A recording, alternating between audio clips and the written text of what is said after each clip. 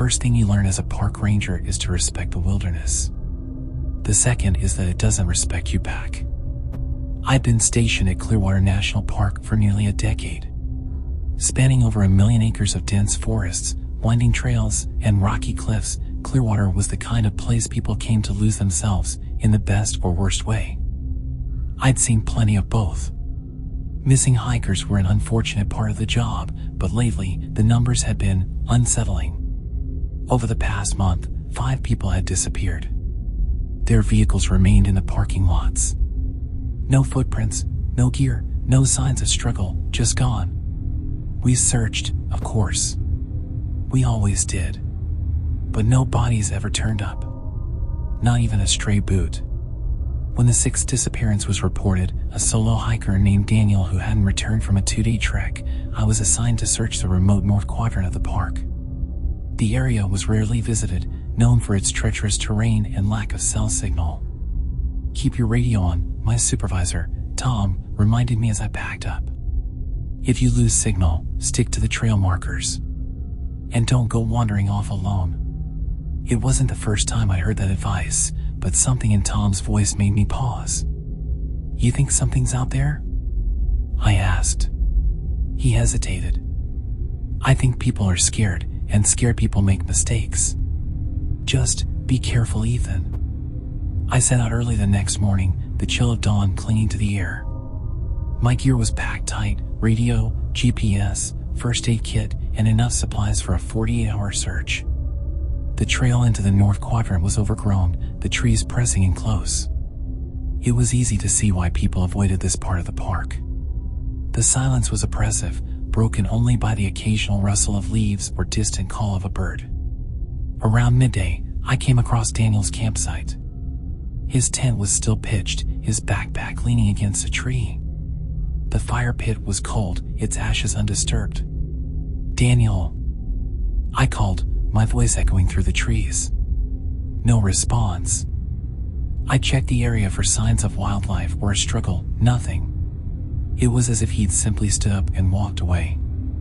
As the sun dipped low, I set up camp near Daniel's site. My plan was to stay overnight and continue the search at first light. I radioed Tom to check in, but the static was heavy, and his voice came through in garbled fragments.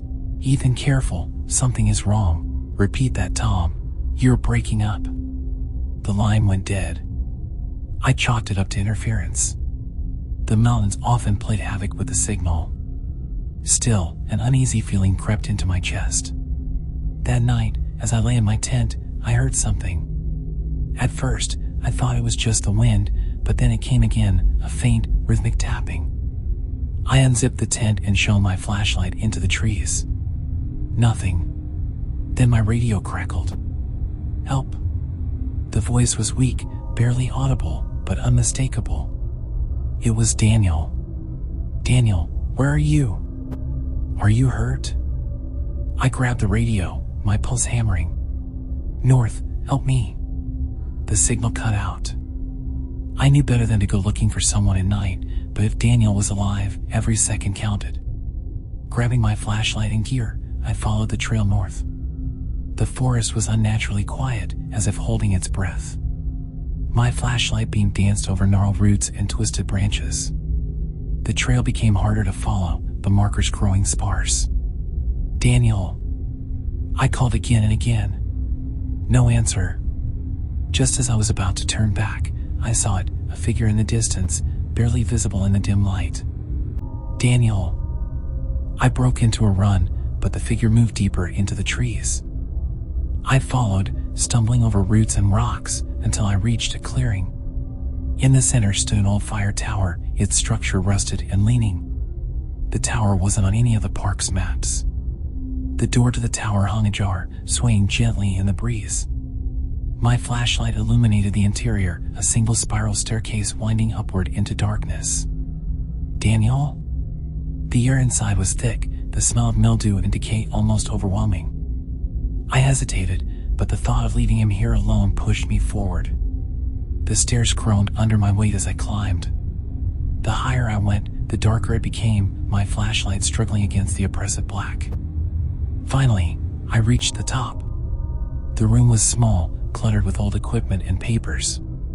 In the corner sat a radio, its light blinking. I approached cautiously, my eyes scanning for any sign of Daniel. Then I heard it again. "Help." The voice wasn't coming from the radio.